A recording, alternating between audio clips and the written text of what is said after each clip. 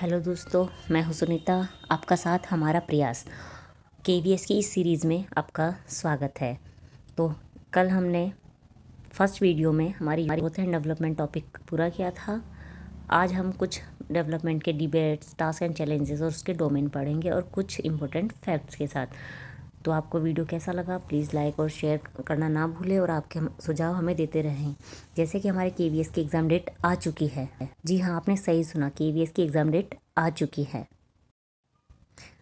ये हमारा नोटिस आया है, इसमें हमारी एग्ज़ाम डेट गिवन है, तो आप इसको देख लीजिए या स्क्रीनशॉट लेकर इसको सेव कर लीजिए। आज की सीरीज़ में हम पढ़ेंगे जो डेवलपमेंट है उसके रिमेनिंग पॉइंट्स। उसमें हम उसके स्टेजेस देखेंगे और उसके डिबेट्स, टास्क एंड ये, और जैसा कि आप इमेज में देख रहे हो इसमें हम पढ़ेंगे नेचर और नर्चर के बारे में। हम शुरू करते हैं हमारी series short notes and important facts के साथ। Let's continue.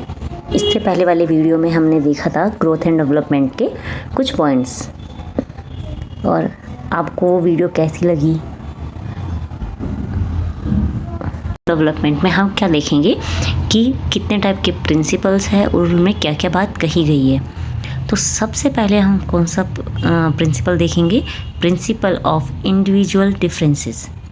अब प्रिंसिपल ऑफ जो इंडिविजुअल डिफरेंसेस है उसमें क्या दिया गया है कि वो टू टाइप्स होता है, एक इंट्रा और इंटर।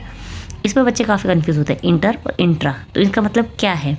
तो इंट्रा और इंटर, तो इंट्रा में दिया गया होता है कि एक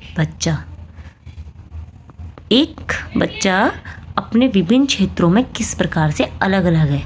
जैसे कि बच्चे का जो विकास होता है उसके हमने काफ़ी पहलू देखे हैं, जैसे कि उसका संज्ञानात्मक, फिजिकल, मेंटली, इमोशनली, तो वो सभी सेक्टर में अलग अलग होगा।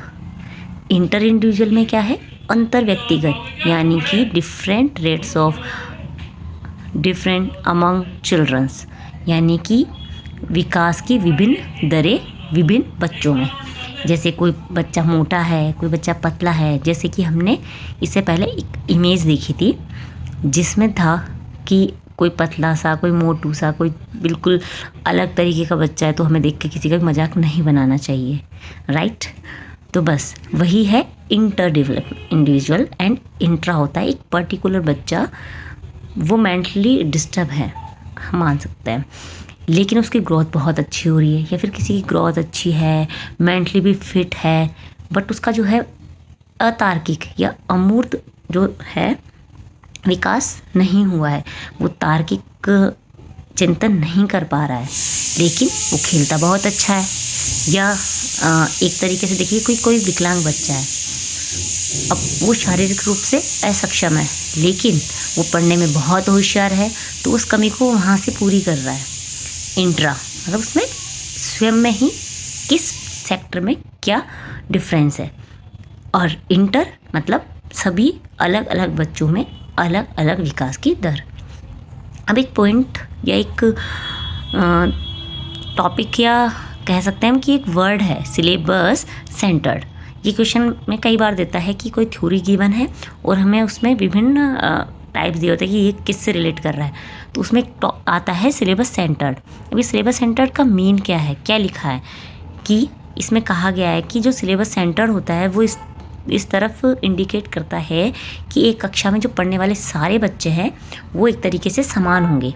अब सिलेबस सेंटर्ड मानो कि ऑप्शन में नहीं गिवन है, तो वहाँ दे रखा होगा कैरिकुलम सेंटर्ड, और दोनों गिवन है तो आप सिलेबस सेंटर्ड पे फोकस करेंगे, जस्ट बिकॉज क्योंकि जो सिलेबस है वो सिलेबस इस तरीके से तैयार किया गया है कि सारे बच्चे समान रूप से हैं, सक्षम हैं, और सभी की समझने सोचने की क्षमता समान है।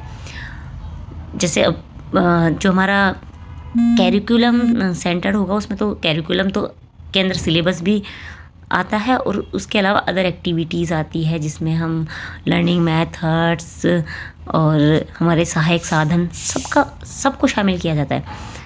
तो उसके अंदर अगर ऑप्शन के अंदर सिलेबस सेंटर और कैरिकुलम सेंटर आ रखा है तो आप सिलेबस सेंटर करेंगे, और सिलेबस सेंटर नहीं गिवन है तो कैरिकुलम सेंटर करेंगे। अब एक पॉइंट ये है, तो हमने प्रिंसिपल ऑफ डेवलपमेंट में एक प्रिंसिपल पढ़ा। सेकंड है विकास क्रमबद्ध। अब इसका मतलब क्या है कि जो विकास होता है वो क्रमबद्ध रूप से होता है। इसमें 2 पॉइंट्स गिवन है।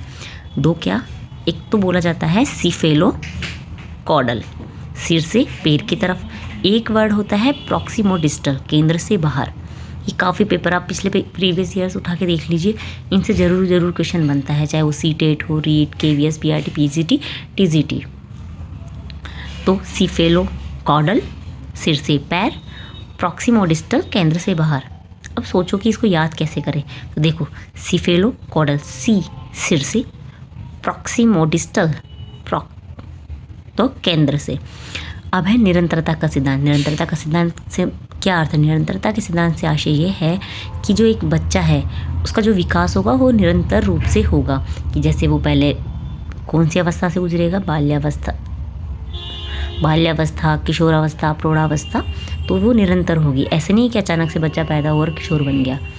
परिपक्वता व सीखने का सिद्धांत, इसका मतलब है कि जैसे ही बालक का विकास होगा उसमें परिपक्वता आएगी, और उसमें जो सीखने का सिद्धांत है कि सभी बच्चों में परिपक्वता का स्तर अलग होगा, उसके सीखने का स्तर अलग होगा। और ये द्विपक्षीय से एक तरफा होता है। जैसे कोई बच्चा पहले दोनों हाथ से बॉल उठाएगा, दोनों हाथों से बॉल फेंक रहा होता है, फिर धीरे धीरे वो एक हाथ से बॉल फेंकना सीख जाता है। एक है outer to inner control. It means पहले बच्चे को हम बाहरी रूप से कंट्रोल करते हैं, जैसे उसके मम्मी पापा उसे समझा रहे होते हैं, लेकिन धीरे धीरे वो इनर कंट्रोल सीख जाता है कि वो खुद डिसीजन लेने लगता है। Next, the relative contribution of peers and genes are not addictive. अब ये लाइन गिवन होगी, पूछेंगे ये ट्रू है या फॉल्स है, या फिर कहेंगे निम्न में से कौन सा सत्य नहीं है, और कहा जाएगा कि निम्न में से कौन सी सा ट्रू है या फॉल्स है। या तो हम देखेंगे कि the relative contribution of peers और जेन्स आर नॉट एडिक्टिव। ये ट्रू है, क्यों? क्योंकि हमने पढ़ा था कि development equals to environment and heredity. अब यहीं से एक पॉइंट मुझे याद आया। एक तो वर्ड्स होते हैं, एक होता है नर्चर और एक होता है नेचर। अभी नर्चर क्या है? नर्चर है environment, how far we will go, यानी कि हम कहाँ तक जाएंगे। एक है नेचर यानी heredity, how far we can go, हम कहाँ तक जा सकते हैं। प्रीवियस ईयर में या मैंने देखा है ये क्वेश्चन जिसमें सीधा सीधा ये पूछा गया है कि nature belongs to how far we can go, how far we will go, how far we definitely will go, how far we surely can go. अब डेफिनेटली या श्योरिटी नहीं है, लेकिन तो जैसे नर्चर गिवन होगा तो हम क्या कहेंगे कि how far we will go, और नेचर में कहेंगे वी कैन गो। अब डिफरेंस क्या है? डिफरेंस यह है कि जो नेचर है, हेरिडिटी है, उससे हमें डिसाइड होगा हम कहाँ तक जाएंगे। यानी कि जैसे कि हेरिडिटी क्या है कि हमें अपने मम्मी पापा से आइज़ का कलर कैसा मिल रहा है, हेयर कलर, ये सब हमारा नेचर में है। अब नर्चर क्या है? नर्चर से मीन्स है कि हमारे जन्म के बाद ऐसे कौन से फैक्टर है एनवायरनमेंट में जो हमारे डेवलपमेंट को इफ़ेक्ट कर रहे हैं, और किन क्षमताओं को हमारा विकास हो रहा है, हमें कैसा एनवायरनमेंट मिल रहा है कि हम अपना जो गुण है उसको और विकसित कर पा रहे हैं या नहीं कर पा रहे हैं। अब है डिबेट्स एंड डेवलपमेंट। अब साइकोलॉजी है, अब उसमें काफ़ी चीज़ों पे साइकोलॉजी में कई आलोचक किसी मत का समर्थन करते हैं, किसी का समर्थन नहीं करते हैं। तो हमारे केवीएस के सिलेबस में दे रखा है डिबेट्स एंड डेवलपमेंट। तो हमारे पास 4 टाइप की डिबेट्स एंड डेवलपमेंट है। तो पहली है स्टेबिलिटी एंड इनस्टेबिलिटी, सेकंड है continuous and discontinuous learning, nature and nurture, critical and sensitive. अब नेचर और नर्चर हमने पढ़ लिया है। अब कंटिन्यूस एंड डिसकंटिन्यूस के बारे में क्या कहा जाता है? इसके बारे में बोला जाता है कि जो विकास है वो अचानक से होता है, निरंतर होता है, और कुछ आलोचक या समर्थक कहते हैं कि नहीं, विकास क्रमिक रूप से धीरे धीरे होता है। इसी तरीके से इन पॉइंट्स को हम थोड़ा आगे समझेंगे डिटेल में, जैसे किशोरावस्था पढ़ेंगे तब ये सभी पॉइंट्स आगे आएंगे। अब हमारा नेक्स्ट पॉइंट है होलिस्टिक डेवलपमेंट। अब जो होलिस्टिक डेवलपमेंट है, या उसको आप कह सकते हो कि डोमेन ऑफ डेवलपमेंट क्या है? Emotional development, moral development, social, cognitive, language and physical. ये सारे ही डोमेन होते हैं डेवलपमेंट के।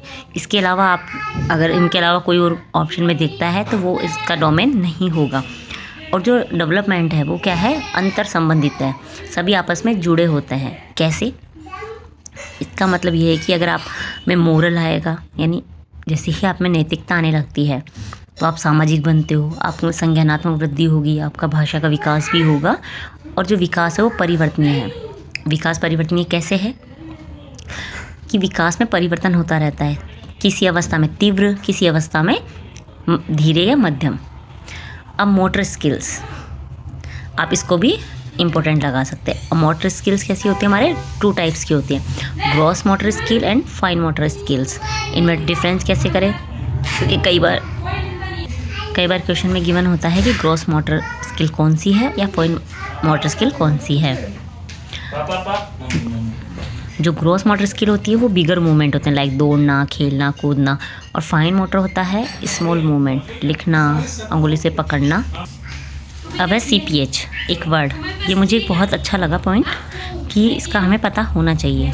इसकी फुल फॉर्म क्या है, क्रिटिकल पीरियड हाइपोथेसिस। अब इस वर्ड को किसने दिया है, वो है एरिक हेनबर्ग।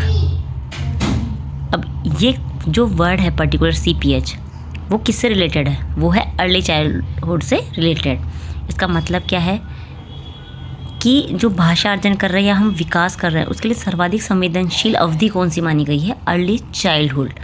और इस पीरियड को कहा गया है critical period hypothesis. Thank you guys for watching my video.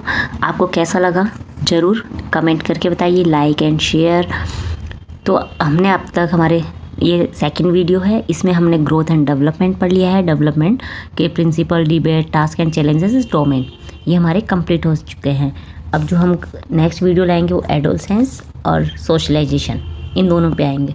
और जैसे कि हमारी KVS की एग्ज़ाम डेट आ चुकी है तो अब हमारे पास बहुत ही कम समय बचा है, तो जितना क्विक रिवीजन होगा उतना हमारे लिए अच्छा होगा। तो आपको वीडियो कैसी लगी, please like, share and subscribe.